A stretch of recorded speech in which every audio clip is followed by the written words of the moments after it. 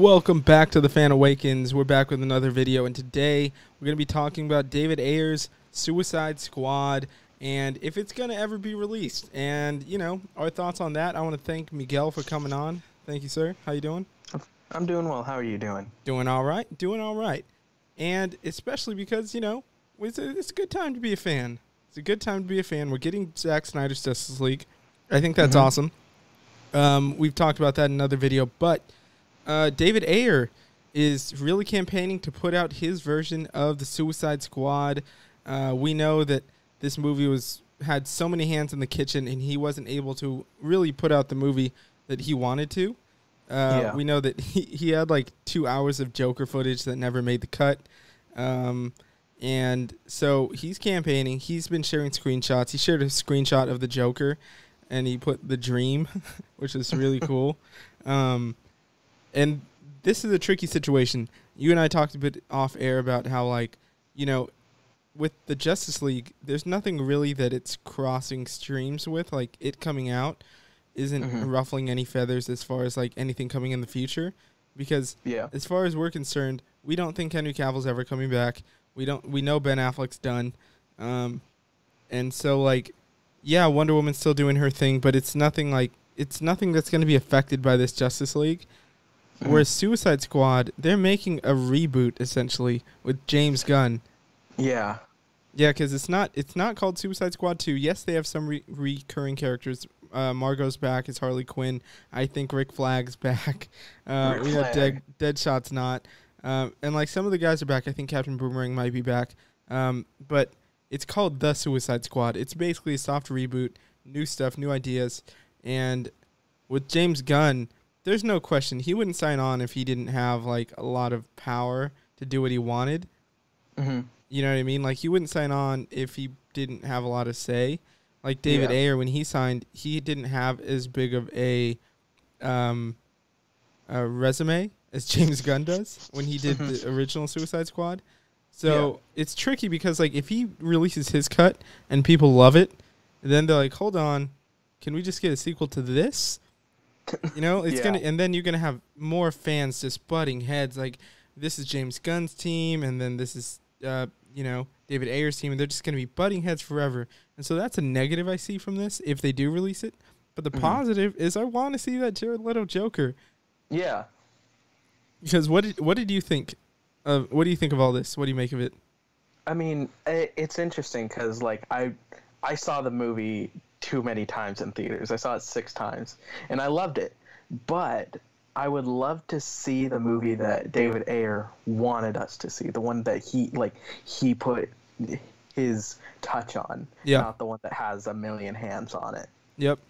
Yeah, me too, man. And that's the thing. I remember when the trailer came out, the original trailer, everybody was going crazy. I was going crazy. It looked awesome.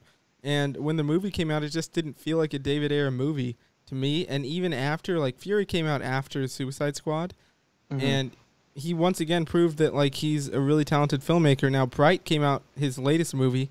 I was not a fan. I was not a fan at all. And who knows what was going on there. I don't think he had any interference on that one.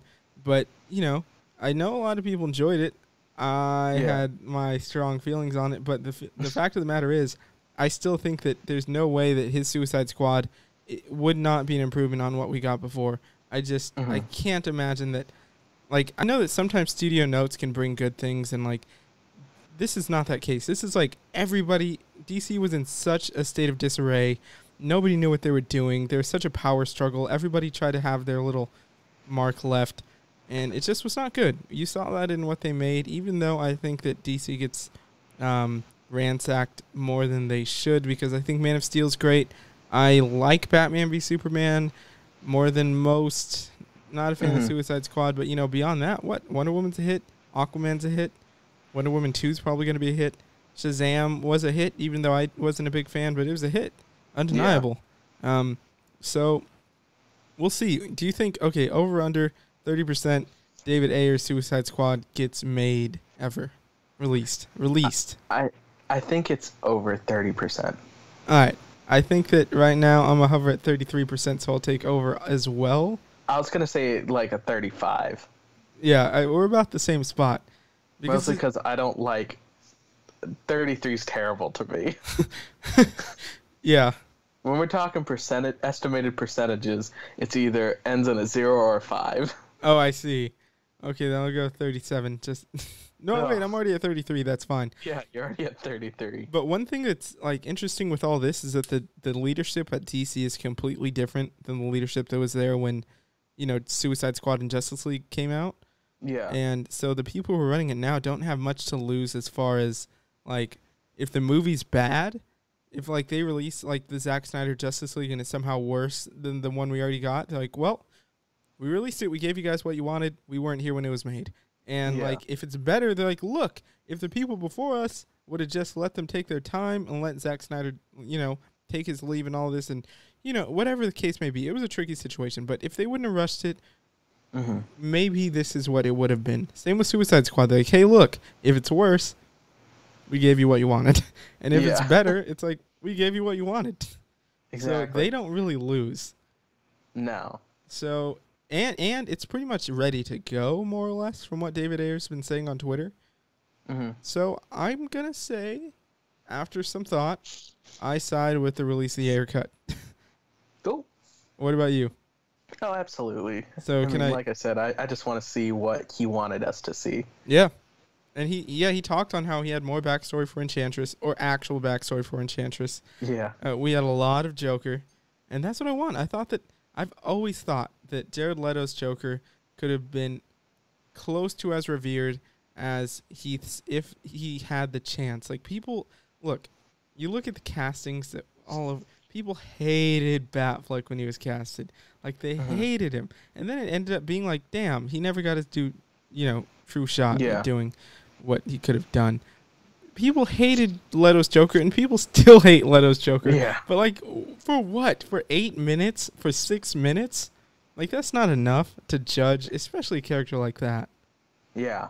So, I hope that we get to see it. I hope it comes one day. And, yeah, that's pretty much it. I want to thank everybody for watching. I want to thank you for joining me, Miguel. You can follow us at The Fan Awakens on Instagram, _fan_awakens. You can follow me at EP_2187. And you can follow this guy at Jalapena01, JALEPENA01.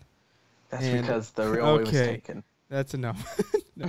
All right, man. I'll see you later. I'll see you guys. Let me know what you think. Should we release the Ayer cut or not? Let me know in the comments. I'll see you later.